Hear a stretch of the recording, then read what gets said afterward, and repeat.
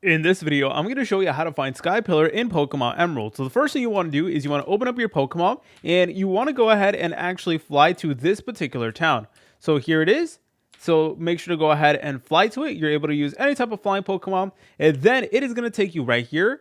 Now, once you're in this town, all you want to do is you want to go to the right until you're over here.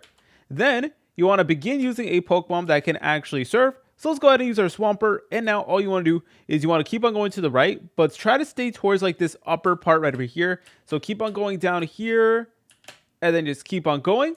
And then you're going to notice that there's going to be an opening on the top. So you want to go here, keep on going to the left.